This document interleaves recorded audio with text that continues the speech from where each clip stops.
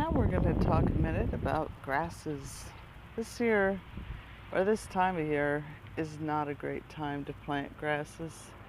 They are typically really difficult to get started, so I prefer to plant them either in mid-fall or early fall with a lot of deep watering, or early in the spring after the ground is thawed, and giving them a lot of opportunity to get those roots established. Now, that's not to say it's not impossible to plant in the summer. It's just that they do need a lot of tender care for that first 4 to 6 weeks to really get established. So from my perspective, there's 4 different categories of grasses. There's native grasses, there's ornamental or horticultural grasses, there's the bunch grass, and then there's the erect vertical grasses.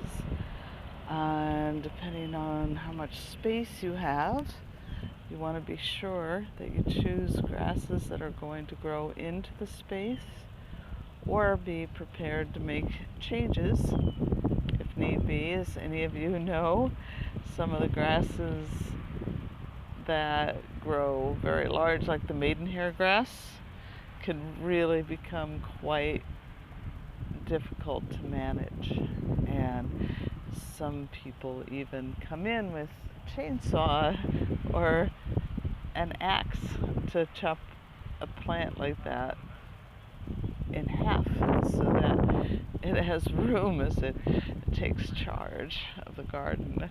Other grasses are less aggressive, just like all the plants in the garden.